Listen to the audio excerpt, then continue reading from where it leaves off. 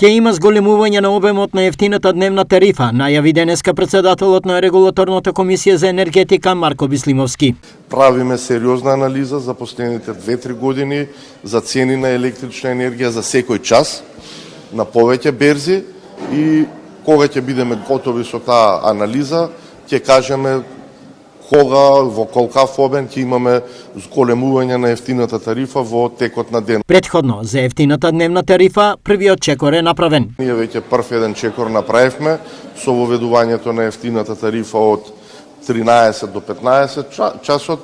Како на оваа изјава реагираат граѓаните? Ја мислам дека е добро за секој. Одлично.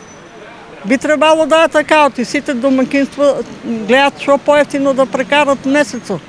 Не са сите богати. Супер е, ало нека е. Па нека биде, за нас поубаво е.